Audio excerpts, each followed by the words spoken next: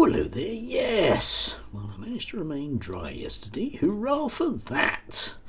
I can deal with the cold, but I like a bit of sunshine. Anyway, today, once more, some serious evidence of various people losing the argument and potentially losing the plot, especially when they forget to hide their racism. So I'm going to spend the next quite long period of time just having a Connor Tomlinson again, who has been showing off his sub-GCSE skills, undoubtedly with an aid of the thesaurus this time. He's written a piece again in the Critic, which manages to switch that dog whistle into something extremely loud indeed. Anyway, let's dive in. I won't read you all of it. I just want to do about half of it and then just the final summing up. Just to be fair, link below. So it's called Ban the Protest Against the Pathology of Tolerance. Yes, indeed. Tolerance is a pathological condition, if you like, and there's some people that Connor would describe as good patriots. They're the light-skinned ones, and then there are some other swarthy types who are the bad people with Palestinian flags. Okay, nicely emotive image there. Not really quite sure if Connor Tomlinson really wants to align himself with people holding Union Jacks, but apparently he does. Anyway, the hill he wants to die on. So, Westminster is now a no-go zone every Saturday. Since the Rayham Music Festival massacre on October the 7th, the murder and abduction of over 1,300 civilians prompted pro-Palestinian activists to occupy British cities, deface and drape flags over monuments, and prey en masse outside Downing Street. The most egregious of these provocations is set for November the 11th, Armistice Day. Yes, indeed, yes, egregious. We don't know what's going to happen, but Connor knows what's going to happen. It's going to be a bloodbath where nobody can go to Westminster, even though for the last 3 weeks everyone's been able to go to Westminster and just stroll around quite freely. Obviously, you notice where instantly here that we have various notions of what Connor finds important. For example, if there's a mass on praying at Downing Street, it's a very bad thing, because the only mass praying that should be going on in Connor's head is silent ones by people that have been told by courts not to do it outside abortion centres, who then magically become victims.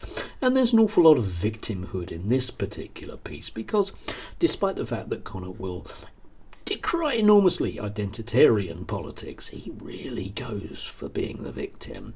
Yeah, because that's what equality feels like. It feels like oppression, doesn't it? Anyway, a case is already made in the Critic for the demonstration to be permitted, to avoid creating a hierarchy of who has the right to free assembly. Paralysed by these liberal egalitarian principles, the Prime Minister and Home Secretary have ruled out banning the gathering. This is proving to be unpopular with the public. A people polling survey found 48% of Brits wanted the gathering banned. Fewer than 1 in 3 believe that the police can prevent the demonstrations from escalating into violence. Yes, indeed, you see, it's all them lefties like Suella Braverman or something going on. But if we actually look at the people polling thing, which incidentally is just basically an offshoot of Matt Goodwin, and we know what a fine centrist he is, let's look at the question. Some people have suggested the pro-Palestinian march in London on Remembrance Day weekend should be banned so as not to disrupt Remembrance Day and risk disorder. Okay? That was what the proposition was. Not should people be allowed to protest if it doesn't interfere.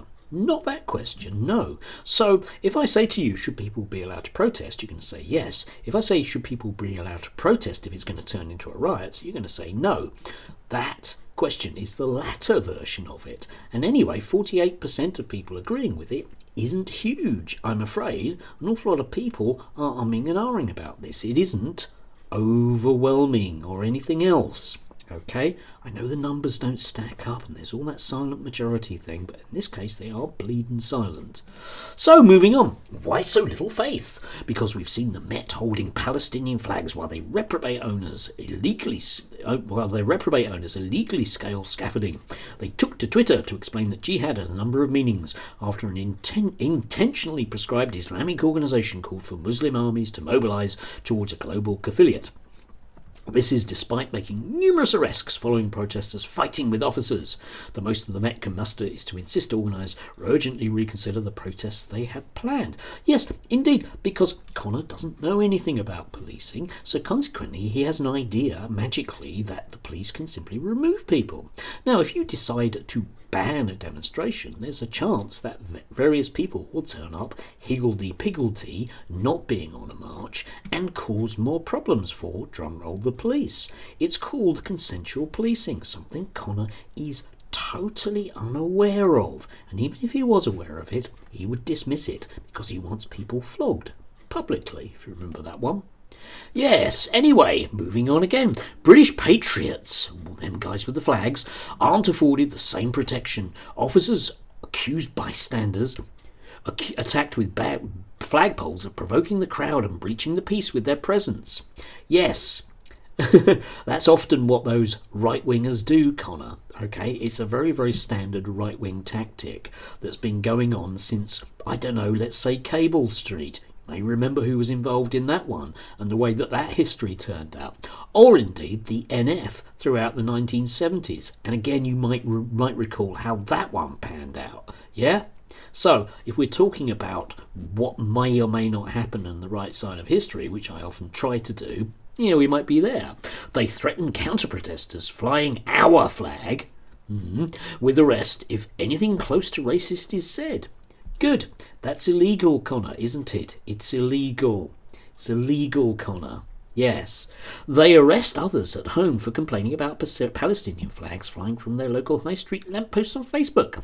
They ask veterans not to fly Union Jacks because there's way more of them protesters than there are of us police. Yes, indeed. It's called being sensible. Okay. Now, if you want the police to be engaged in a standoff with 100,000 people, mate, what I strongly suggest is you volunteer for the force. But of course you won't, will you? No. Volunteering other people to do things. Jesus. Police officers punish law-abiding Brits, so there's the nice demarcation line, to avoid offending a volatile Islamist minority. Volatile Islamists. I guess it's in their blood, Connor, isn't it? Oh, I can hear that high-pitched sound again. As Louise Perry has analogized, Jesus, what a word. This is like telling a battered wife not to burn her husband's dinner if she didn't want to be brutalised in future. We are in an abusive relationship with an unfaithful state. No wonder many want to leave. Yes, she's the latest sort of crush object and another person that he can't summon up, presumably the gumption to actually talk to. No wonder so many want to leave. Well, then leave, Connor. You're one of that crew that always suggests that people who are unhappy about things should leave. So leave. There you go, mate. Oh no, you won't do that. This appeasement strategy proves that multiculturalism is not a melting pot, it's a blender. Here we go, guys. Sub-GCSE warning ahoy. It liquidates everything in its container, producing only indigestible sludge, in which the strongest ingredients leave a bitter aftertaste. We are commanded to unilaterally liquidate our heritage in the hopes of resolving the conflicts we import from the rest of the world. Yes! What an awful bit of writing. How appalling 14-year-old that is. But of course, yes, we have imported this conflict. It's an Arab-Israeli conflict. You may notice that there are two parts to that, Connor.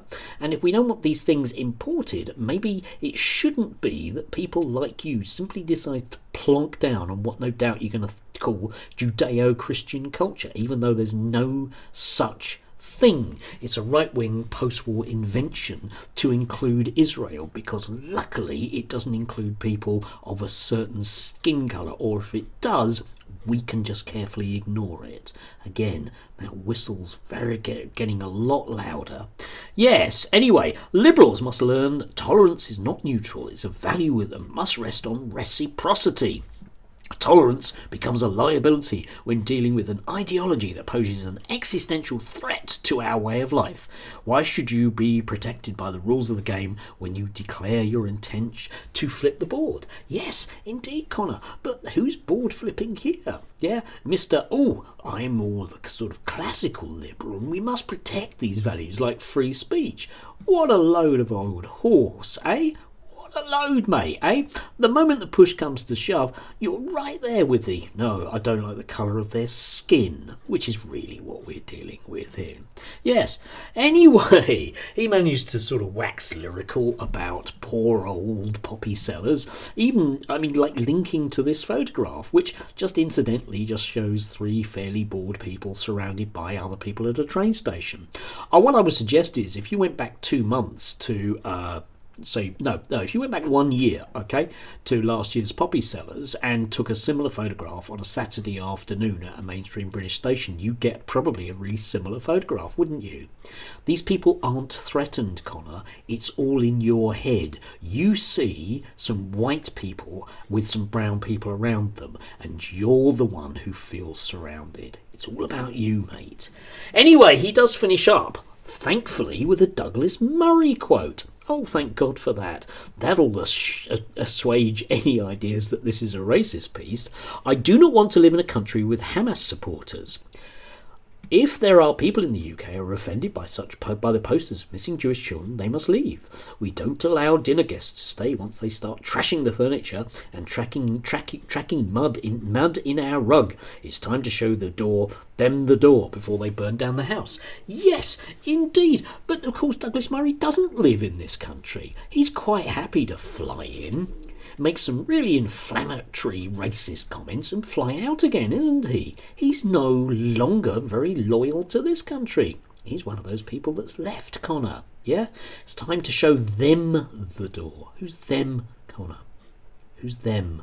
Because that includes me, mate, alright? There's a lot of thems that are my colour.